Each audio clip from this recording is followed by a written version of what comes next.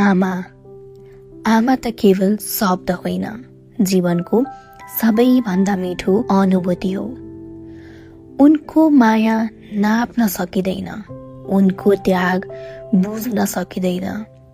थाकेको मनलाई सान्त्वना दिने, रोएको आँखालाई हाँसो बनाउने आमा त्यो छाया हो जसले सधैँ साथ दिन्छन्। आफ्नो खुसी बिर्सेर हाम्रो मुस्कान खोज्ने आमा त्यो देउता हुन् जसले सधैँ आशीर्वाद दिन्छन्। आमा बिना संसार अधुरो छ, आमा बिना जीवन खाली छ। हरेक पाइला अगाडि बढ्दा आमा तपाईकै साथ हुन्छ सधैँ।